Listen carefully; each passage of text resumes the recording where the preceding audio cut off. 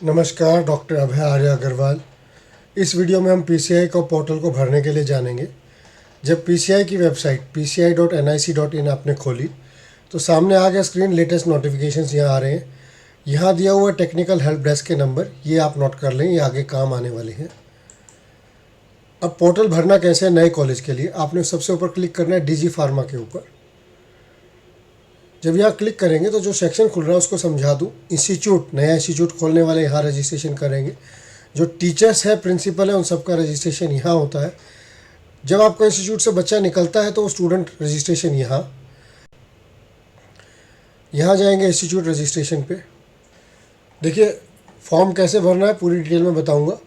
User name, कोई भी valid email ID, password देना है, रीपासवर्ड। बहुत ध्यान से, कैप्स लॉक आपका ऑफ है या ऑन है ये आपने ध्यान रखना है शुरू से ही। Name, mobile number, registered as new institute, pharmacy council के अंडर न्यू इंस्टीट्यूट। आप अपना स्टेट सेलेक्ट करेंगे, सिटी सेलेक्ट करेंगे, डिस्ट्रिक्ट, विलेज, सभी कुछ सेलेक्ट करने के बाद यहाँ आप अगर पासवर्ड भूल जाते हैं तो आपके पासवर्ड का हिंट नंबर 1, पासवर्ड का क्वेश्चन नंबर 2 ये दिया गया है।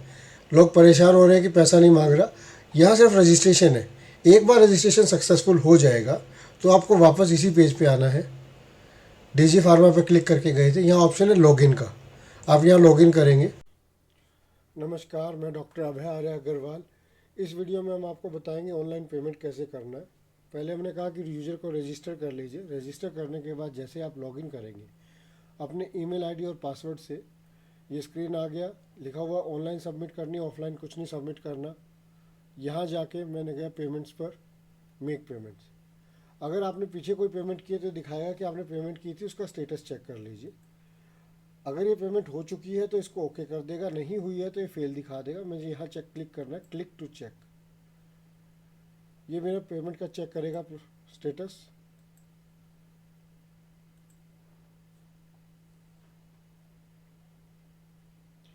मेरी पेमेंट फेल हो चुकी है, पेमेंट फेल्ड। अब फिर से मुझे पेमेंट करनी है, मैं फिर से जाऊँगा पेमेंट, मेक पेमेंट। जब एक बार आप पेमेंट करते हैं तो 10-15 मिनट के लिए साइट ब्लॉक हो जाती है, इमीडिएट अपडेट नहीं होगी। मैंने कहा क्लिक ओके, अपडेट कर रहा हूँ। मुझे पेमेंट करनी है क्यूआर कोड से, जो आप पेटीएम से करते हैं, क्यूआर कोड दुकान के ऊपर करते हैं, स्कैन करके उससे कर सकते हैं आप। ये आ गया कन्विंस वीस क्यूआर कोड के साथ, ये आ गया।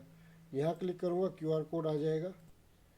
जैसे ही पेमेंट करके मैं कंप्लीट किया, वापस मुझे एग्जिट कर दिया, लेकिन मेरा कंफर्म नहीं हुआ। ये एक सिक्योरिटी साइट का ग्लिच है, जबकि आपको अंदर कंट्रोल पैनल पे लॉगिन करवाना चाहिए। इसने वापस इसके मेन पेज पे भेजा है पीसीआई के, तो मुझे फिर से लॉगिन करना होगा। फिर से लॉगिन करने के बाद स्क्रीन आया।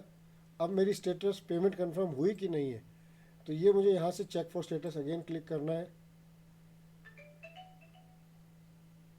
अब क्योंकि मेरी ट्रांजैक्शन इन बिटवीन है, इसके हिसाब से 10 मिनट तक मेरी बुकिंग चल रही है अभी तक, तो ये मेरा बटन हाईलाइटेड नहीं है। 10 से 15 मिनट बाद में क्लिक टू चेक वाला ऑनलाइन हो जाएगा।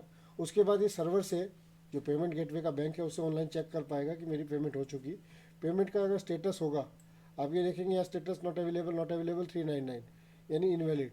अगर सक्सेसफुल होगी तो 0300 यहाँ लिखाएगा 300, और मेरी पेमेंट डन हो जाएगी। पेमेंट डन होते ही 3 ऑप्शन खुल जाएंगे इसके अंदर। अब मैं वो 3 खुले हुए ऑप्शन आपको दिखा दूँ, जिस कंट्रोल पैनल में हो चुकी है वो ऑप्शन कैसे काम करेंगे उसकी बात करते हैं। जब आप पेमेंट करवा देंगे तो जनरल इन्फॉर्मेशन के पार्ट खुल जाएंगे। पहला पार्ट है इंस्टीट्यूट नेम।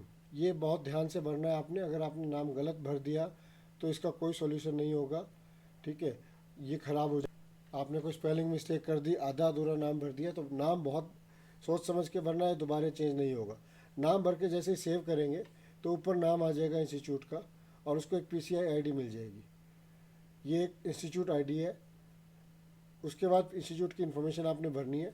अभी 3-4 ही पेज खुले हुए हैं। इंस्टीट्यूट का नेम, इंस्टीट्यूट की बेसिक इन्फॉर्मेशन, कौन से कोर्स के लिए आप अप्लाई कर रहे हैं, और साथ में आपने कॉन्सेंट जो अपलोड करनी है इसकी साइट पे।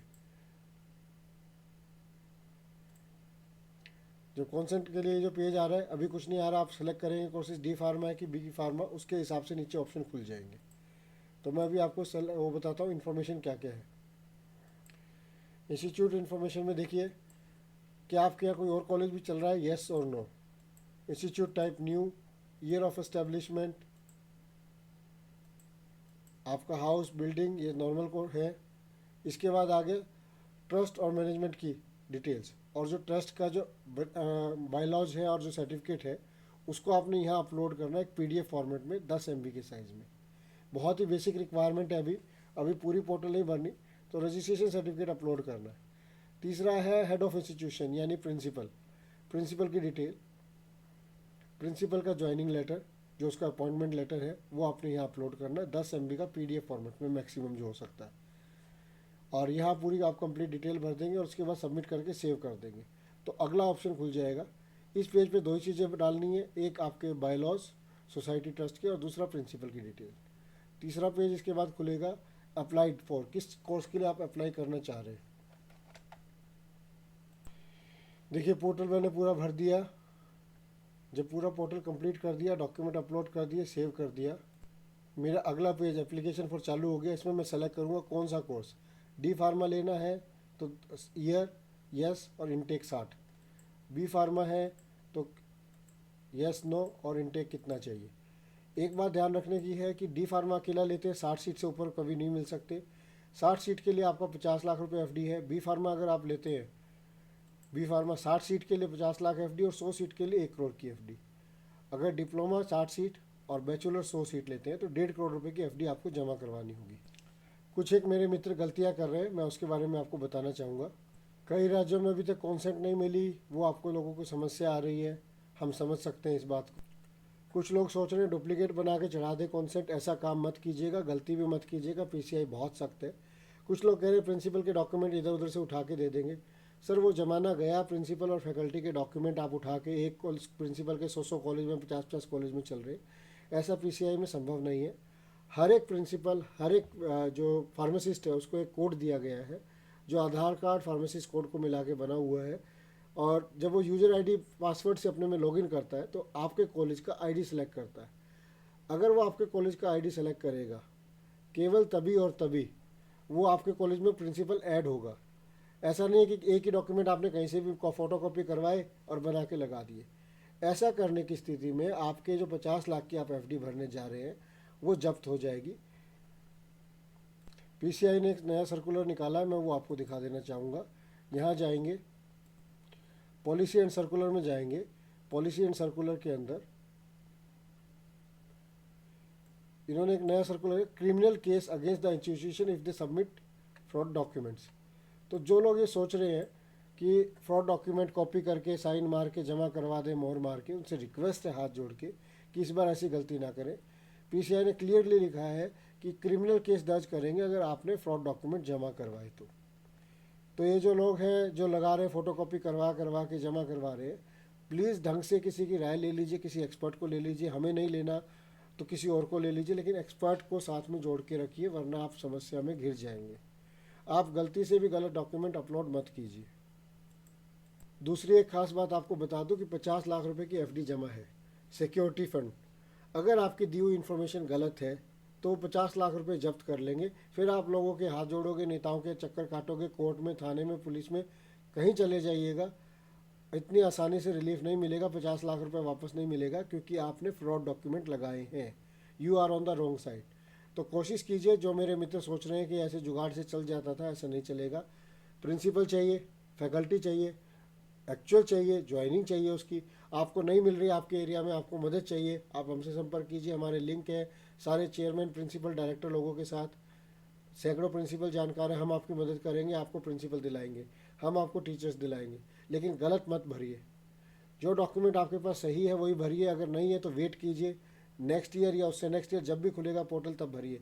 लेकिन गलत चीज़ भर के 50 लाख रुपये जमा करवा देंगे तो हो सकता है आपकी FD जब्त कर ली जाए, आपका सिक्योरिटी अमाउंट डिपॉजिट जब्त कर लिया जाए। तो मेरी रिक्वेस्ट है आपसे, अगर आपके पास बिल्डिंग के नॉर्म्स के हिसाब से नहीं है, पूरी नहीं है, आधी अधूरी है, पोर्टल खुल गया, इसका ये मतलब नहीं कि इतने साल बाद खुला है तो लो जी भर दो, चाहे बिल्डिंग 10,000 स्क्वायर फुट बनी हुई हो। नियम के हिसाब से 21,500 स्क्वायर फुट आपको बिल्डिंग चाहिए, वो आपकी होनी चाहिए। नहीं है तो वो क्रिमिनल केस दर्ज कराएंगे, ऐसा इन्होंने लिखा है। मैं डरा नहीं रहा, सच्चाई से वाकिफ़ करा रहा हूँ, जो आने वाला खतरा है उसका आभास करा रहा हूँ।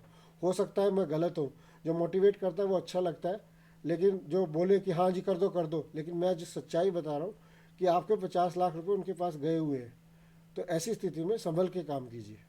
जैसे आप इसको सबमिट कर देंगे कि कौन है आपका, वेस्ट बंगाल का है। जैसे आप जब इसे सबमिट कर देंगे कि आपका डी फार्म के लिए कौन एग्जामिनेशन अथॉरिटी, ईमेल और फ़ोन नंबर, तो यहाँ एक आ जाएगा अपलोड, उनकी कॉन्सेंट को अपलोड कीजिए।